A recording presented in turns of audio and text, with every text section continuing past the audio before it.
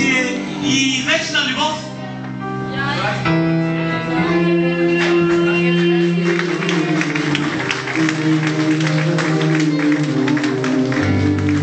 Скъпи младоженци, вие ще минете от неизвестната дъга и не пожелайте да си пожелаете нещо, защото поверието гласи, този, който мине по дъгата и си пожелае нещо, то това семейство се сбъдва.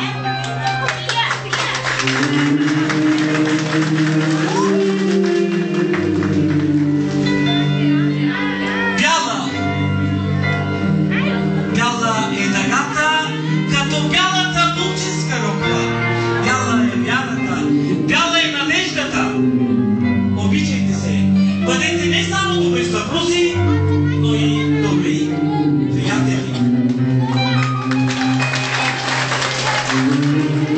Синя символизира мира. Нека бъде мирен вашия живот в радост и в беди.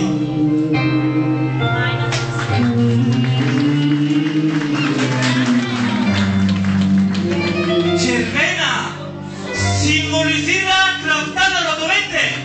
От днес вие създавате семейство като продължение на двата рода. Моля, аплодисменти!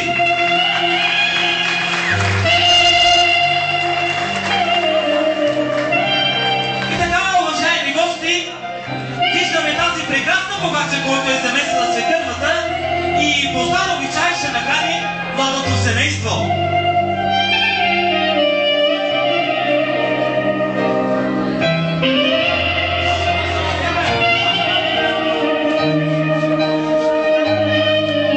Аплодисменти за сватовете! Силно!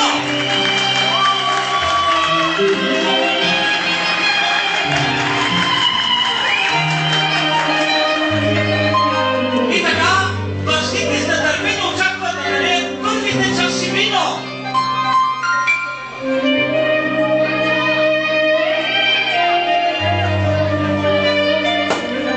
Аплодисменти! На Велико и Велиш!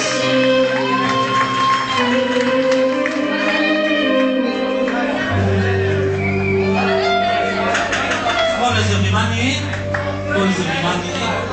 преди да дигнем първият тост на здраве, нека цялата зала да гръмне Горчиво! Горчиво!